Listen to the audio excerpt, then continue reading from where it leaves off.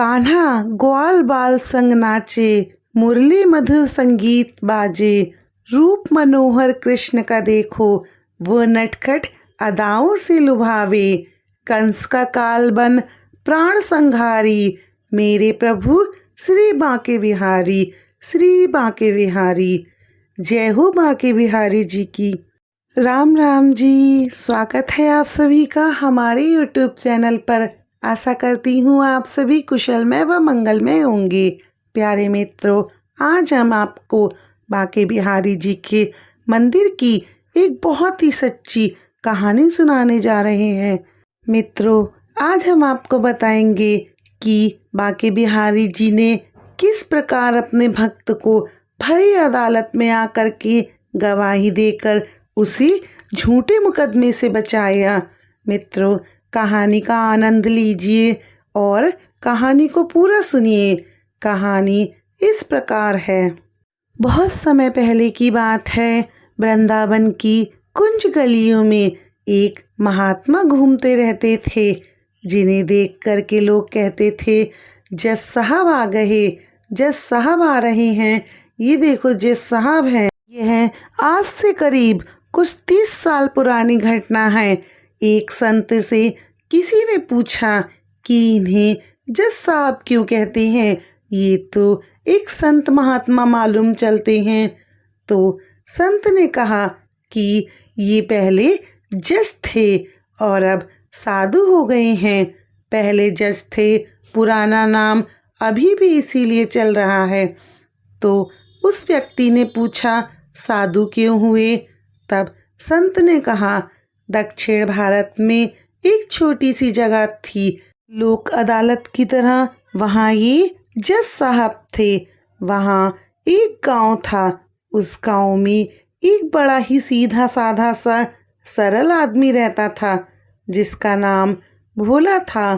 भोला नाम तो लोगों ने ऐसे ही रख दिया उसके स्वभाव की वजह से, क्योंकि वह आदमी बिल्कुल भोला भाला था। उस आदमी का स्वभाव एकदम सरल था, इसीलिए उसका नाम भोला था। भोला नाम तो लोगों ने रख दिया, लेकिन वो था बिल्कुल भोला। भोला श्री बांके बिहारी जी के अलावा किसी को नहीं जानता था। गांव में बांके बिहारी जी का एक मंदिर था। भोला जाति से केवट था। समान परिस्थिति में उसका जीवन व्यतीत हो रहा था। गांव का कोई भी व्यक्ति भोला कुछ भी पूछता था, किसी भी प्रकार का सवाल करता था, तो भोला कहता था, मेरे तो बांके बिहारी जाने, मैं कुछ नहीं जानता हूँ। इसी तरह यदि कोई व्यक्ति भोला से पूछता, भोला भैया हमारी भैंसें कहाँ चली गई हैं, आपने देखा है? तो भोला कहता, मेरे बांके बिहारी जाने, मुझे इस बारे में कुछ नहीं पता। यदि कोई व्यक्ति भोला से पूछता, भोला भैया हमारा कर्ज कैसे उतरेगा, हमें समझ में नहीं आता है, तो भोला कहता, मेरे बांके बिहारी जाने, मैं कुछ नहीं जानता हूँ। भोला के इसी स्वभाव के कारण सभी उसे बहुत ही दिल से प्यार करते थे। भोला के 2 बेटे और एक बेटी थी। बेटी विवाह के योग्य हुई थी, तो बेटों ने कहा, पिताजी हमारे गांव के जो धनी सेठ हैं उनसे रुपया ले लिया जाए और बहन की शादी कर दी जाए। विवाह के बाद हम लोग कमा कमा कर रुपया चुका देंगे। केवट गया सेठ जी के पास और सेठ जी से पैसे मांगने लगा। सेठ जी ने ब्याज की सामान्य दर तय रखी, लिखा पढ़ी हुई, और सेठ जी ने भोला को रुपया दे दिया। बेटी का विवाह हुआ, बेटी विदा हुई और ससुराल चली गई। भोला ने घर छोड़ दिया और गांव में ही बांके बिहारी के मंदिर में रहने लगा। सबकी ममता टाग बटोरी, मम पद मानहि बांधी बर डोरी। इधर भोला के बेटों ने कमाना शुरू किया और रुपया कमाकर पिताजी को दे दिया। भोला रुपए को लेकर सेठ जी को वापस करने के लिए पहुंच गया। सेठ ने रुपया ले लिया और रसीद बना दी कि पाई पाई से पैसा मिल चुका है। भोला को रसीद दे दी और कहा कि भोला भैया पढ़ो क्या लिखा है। भोला बोला, सेठ जी मेरे बाके बिहारी जाने, मैं तो कुछ नहीं जानता, क्या लिखा है। इस पर सेठ जी के मन में पाप आया कि इससे दोबारा पैसा लिया जा सकता है। सेठ जी ने कहा कि ये कागज हमें दे दो और जाकर पानी ले आओ। भोला पानी लेने गया तो सेठ जी ने वो रसीद अपने पास रख ली। यदि सेठ जी वो रसीद फाड़ते तो भोला को शक होता, इसीलिए सेठ जी ने रसीद अपने पास रख ली और एक कागज पर कुछ ऐसे लिखावट करके भोला को दे दिया। भोला कागज को लेकर मंदिर आ गया। उसने रसीद बाकी बिहारी जी के चरणों में चढ़ाकर अपने कमरे में रख दी। इधर सेठ जी ने कुछ समय बाद भोला के घर पे अपने एक आदमी को भेजा और कहा, हमारे पैसे कब दोगे। ये सुनकर भोला बहुत परेशान हुआ और उसने सेठ जी के पास जाकर के कहा, सेठ जी मैंने आपके सारे पैसे दे दिए, फिर आपने अपने आदमी को मेरे घर पर क्यों भेजा। तो सेठ जी कहते हैं, अरे भोला तेरा दिमाग खराब हो गया है क्या, तूने मुझे पैसे कब दिए।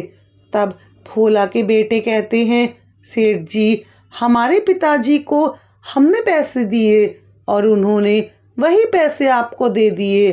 तो सेठ कहता है, तुम सब पागल हो गए हो, मैं तुम पर मुकदमा कर दूंगा यदि तुमने मेरे पैसे नहीं दिए। तो भोला कहता है, आपको जो करना है कर लीजिए, लेकिन हमने पैसे दे दिए हैं, अब आपकी मर्जी है। इस प्रकार सेठ ने अदालत में मुकदमा कर दिया कि भोला ने रुपया लिया लेकिन वापस नहीं दिया। मांगने पर कहता है कि मैं रुपया दे चुका हूँ। अदालत में भोला को जाना पड़ा। वही जज जो महात्मा आज को हो गए हैं, उस वक्त उस अदालत में ये ही जज थे। उन्होंने सुनवाई की तो भोला से पूछा गया, भोला तुमने सेठ से रुपए लिए थे। तब भोला ने कहा, हाँ रुपए लिए थे और वापस भी कर दिए, इसका कोई प्रमाण है। जज साहब कहते हैं। तब भोला कहता है, जज साहब ये लो कागज, यही कागज सेठ जी ने मुझे दिया था और कहा था ये है वो कागज जिस पे लिखा गया है कि तुमने मेरी पाई पाई चुका दी है। तब जज ने कागज देखा और जज बोले, ये कोई सबूत नहीं है, इसमें तो सिर्फ आड़ी टेढ़ी लकीरें खिंची हुई हैं। जज की बात सुन कर के भोला रोने लगा। जज को भोला पे दया आ गई और जज साहब हृदय से बहुत दयालु थे। उन्होंने कहा, भोला तुम रोना बंद करो। अब जज साहब कहते हैं कि जब सेठ ने तुम्हें रुपया दिया था तो तुम्हारे और सेठ के आसपास कोई तीसरा व्यक्ति था। तो भोला की जो आदत थी, स्वभाव था, उसी भाव से बोला, सत्य कहता हूँ जज साहब, मैंने जब सेठ जी को रुपया दिया था तो मेरे और सेठ जी के बीच में मेरे बाकी बिहारी के अलावा और कोई तीसरा नहीं था। भोला की बात सुनकर जज साहब बोले, ठीक है तुम अगली तारीख पर आना। जज साहब ने सोचा कि बाकी बिहारी कोई गांव का रहने वाला आदमी होगा। उन्होंने अपने खर्चे से बाकी बिहारी के नाम पर सम्मन जारी किया। सिपाही पूरे गांव में सम्मन लिए घूमता रहा। उस गांव में बाकी बिहारी नाम का कोई आदमी नहीं था। सिपाही परेशान हो गया। इसी दौरान एक व्यक्ति ने कहा कि गांव में बांके बिहारी नाम का कोई नहीं है, लेकिन बांके बिहारी जी का एक मंदिर जरूर है। चपरासी बोला, बताओ, वही मंदिर बताओ, कुछ तो पता चलेगा बांके बिहारी के बारे में। तब वह व्यक्ति सिपाही को मंदिर पहुंचा देता है तो पुजारी जी बाहर बैठे होते हैं। सिपाही ने पुजारी जी से पूछा, पुजारी जी, बांके बिहारी जी का यही मंदिर है? पुजारी जी ने कहा, हाँ, यही मंदिर है। अब सिपाही पुजारी जी से कहता है, आप बांके बिहारी के कौन हैं? तो पुजारी कहता है, मैं बांके बिहारी जी का सेवक हूँ। अब सिपाही वह सम्मान पुजारी जी को देकर कहता है, ये लो, ये अपने बांके बिहारी को दे देना और उनसे कहना इस तारीख पर उन्हें अदालत पहुंचना है।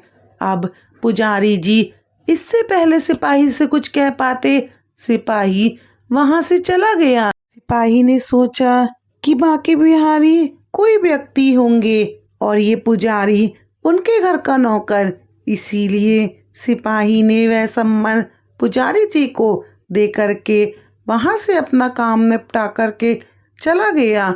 अब पुजारी जी मंदिर में आए। पुजारी जी ने सम्मान बांके बिहारी जी के चरणों में रख दिया और आंखों में आंसू भरकर बोले, हे प्रभु, आपको कई बार पोशाक आई होंगी, भोग लगाने के लिए तरह तरह के भोग पदार्थ आए होंगे, आभूषण भी कई बार भक्त लेकर आए होंगे, लेकिन सम्मान पहली बार आया है। पर भक्त जो ना करे सो थोड़ा ही है। प्रभु, उस दिन आपके अलावा और कोई नहीं था, वो आपके अलावा किसी को नहीं जानता, उसकी लाज आपके हाथ में है। पुजारी जी ने भोला से कहा, तुमने क्यों लिखा दिया बांके बिहारी जी का नाम? भोला बोला, कोई झूठ लिखा दिया क्या? मेरे बांके बिहारी जी सदैव मेरे साथ रहते हैं। भोला तो यही कहे, हरि बिन संकट कौन निवारे, साधनहीन मलीन दीन में, जाऊं के ही के द्वारे, या अनाथ की लाज, आज बांके बिहारी जी तुम्हारे हाथ, हरि बिन संकट कौन निवारे, दीन दयाल सुनी जब ते, तब ते मन में कुछ ऐसी बसी है, देऊ कहाँ और जाऊं कहाँ, बस तेरी ही नाम की फेंट कसी है, तेरो ही आसरो बस एक मूलक, नहीं प्रभु सो कोई औरों सी जसी है। हे मुरारी, पुकार हमारी सुनो, अब मेरी हंसी में तेरी हंसी है, हरि बिन संकट कौन निवारे। कहीं नहीं गया भोला, किसी को नहीं जानता, उसके तो सिर्फ बांके बिहारी जी हैं। अब तारीख के दिन पहले ही भोला से पुजारी जी बोले, तुम जाओ ताकि समय से पहुंच जानो, बांके बिहारी जी की तो बांके बिहारी जी ही जानेंगे। केवट भोला बांके बिहारी जी के चरणों में प्रणाम करके चला गया। दूसरे दिन पुजारी जी सुबह जल्दी जागे, भगवान जी की आरती पूजा की और नई पोशाक पहनाई, भोग लगाया। उनको लग रहा था आज भगवान पहली बार बाहर जा रहे हैं। अच्छे कपड़े पहनाए उन्होंने और भाव से पुजारी जी रोने लगे। भाव की बात तो भाव ही जाने। अब पुजारी जी कहते हैं, प्रभु, आपको जो पोशाक अच्छी लगे वही पहन कर जाना, लेकिन जाना जरूर, उसका आपके सिवा कोई नहीं है। उधर भोला भी वहाँ पहुँच जाता है। सेठ जी भी पहुँच गए। जज साहब ने पूछा, भोला, तुम्हारे गवाह बांके बिहारी जी कहाँ हैं? तब भोला ने कहा, साहब यहीं कहीं होंगे, वह तो सब जगह रहते हैं, जज साहब फिर भोला की बात को नहीं समझ पाए और सिपाही को आदेश दिया और कहा, सिपाही बांके बिहारी को कटघरे में हाजिर किया जाए। फिर सिपाही ने आवाज़ लगाई, बांके बिहारी हाजिर हूँ, बांके बिहारी हाजिर हूँ, बांके बिहारी हाजिर हूँ। इस तरह सिपाही ने 3 बार आवाज़ें लगाईं। फिर उसने देखा कि एक बूढ़ा आदमी हाथ में लकड़ी पकड़े, कमर झुकी हुई, हाथ से इशारा करते हुए आ रहा था और ऐसे 3 नारे जो लगाए थे, लाल लपटी सी एक वृद्ध सी झुकी हुई धे झुके हुए से सर और कंधे के साथ में आ रहा था। हाथ में छड़ी पकड़ी हुई थी, दूसरे हाथ में तुलसी की माला, माथे पर रोली का और चंदन का तिलक लगाए हुए सामने से आ रहा था। भगवान आज गवाह बनकर आ गए। जज साहब ने देखा, सेठ जी ने देखा और देखकर चौंक गए। ये कौन आ गया? जज साहब ने पूछा, आप कौन हैं? तो बिहारी ने कहा, मेरा नाम बांके बिहारी है।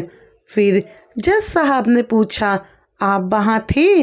बिहारी जी ने कहा, हाँ, भोला ने रुपये दिए थे तो मैं वहीं पे ही था।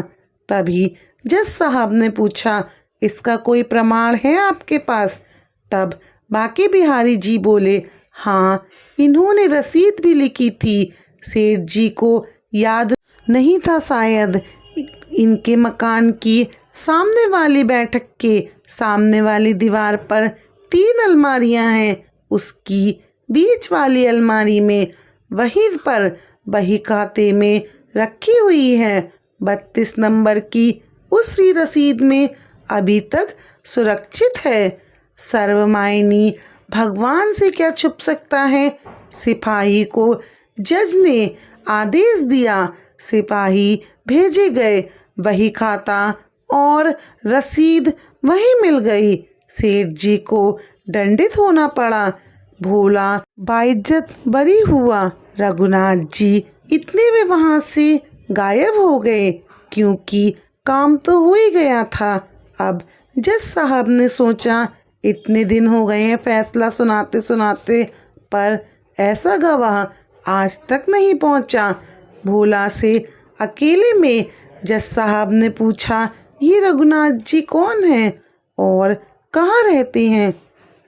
भोला बोला, जहाँ हम रहते हैं। जज साहब बोले, तुम कहाँ रहते हो? भोला बोला, जहाँ बांके बिहारी जी रहते हैं। जज साहब बोले, हम समझे नहीं, तुम लोग एक ही जगह रहते हो, एक ही गांव के रहने वाले हो। तब भोला बोला, हाँ हुजूर, आपको कैसे समझाएं, आप तो पढ़े लिखे हो, पढ़े लिखे लोगों को समझना बहुत कठिन है, भक्ति और भगवान की बात। जज साहब बोले, ये कौन है? भोला बोला, हुजूर, ये वो ही हैं जिनका मंदिर है। जज साहब बोले, इन्होंने मंदिर बनवाया है? देखने में तो नहीं लग रहे हैं कि ये कोई इतने बड़े संपन्न आदमी हैं जो कि मंदिर बनवा सकते हैं। पुजारी भी नहीं लगते हैं देखने में। अब भोला बोला, हुजूर, ये वही हैं जो मंदिर में बैठे हुए हैं। अब तो जज साहब ने चपरासी को बुलाया और चपरासी कांपने लगा।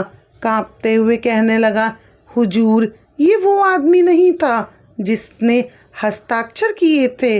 इसके बाद जज साहब ने गांव में पता लगाया तो वो भाव विभोर हो गए और अपने बंगले पर आकर रोने लगे।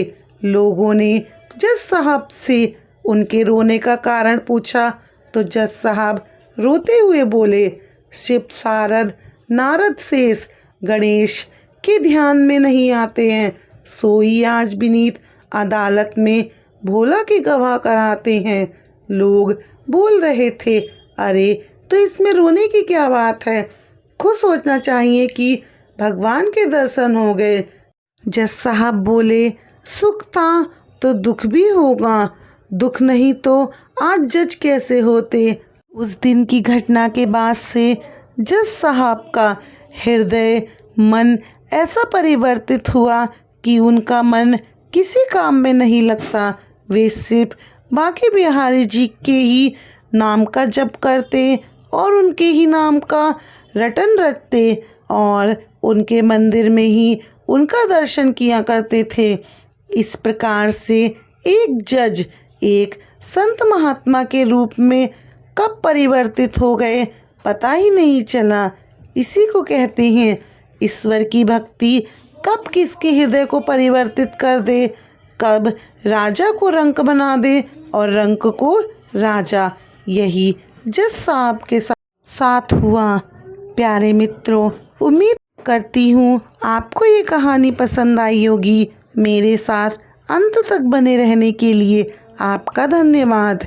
कहानी अच्छी लगे तो हमारे चैनल को सब्सक्राइब करें, वीडियो को लाइक और शेयर करें। कमेंट बॉक्स में जय श्री राम ज़रूर लिखें। आप सभी को हमारी राम राम जी।